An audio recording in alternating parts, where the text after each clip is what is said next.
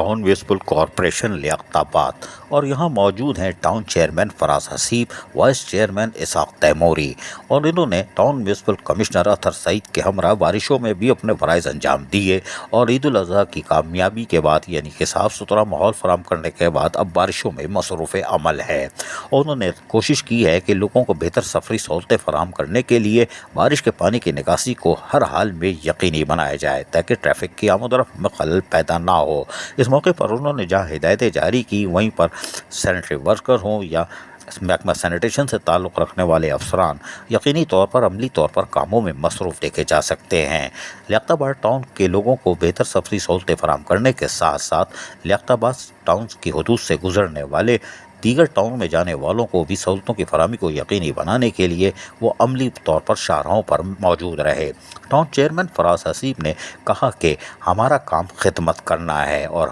نعرہ ہمارا الخدمت ہے، اور یہی وجہ ہے کہ ہمارے پاس جو کچھ بھی وسائل ہوں گے ہم وہ لوگوں کی طرف لوٹائیں گے، کیونکہ یہ ہمارا عزم ہے۔ ماضی میں بھی جماعت اسلامی نے جس طرح فرائض انجام دیے تھے وہ یقیناً لوگ بھول نہیں سکے ہیں، اور آج ہماری کوشش ہے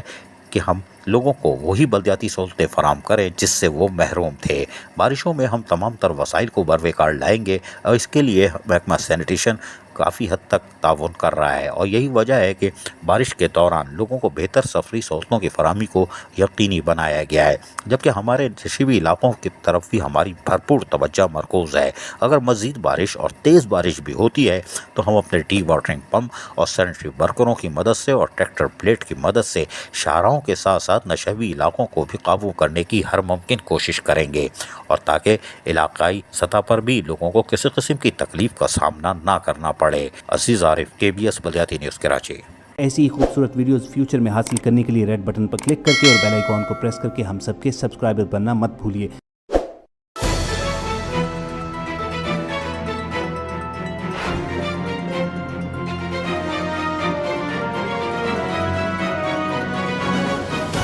KBS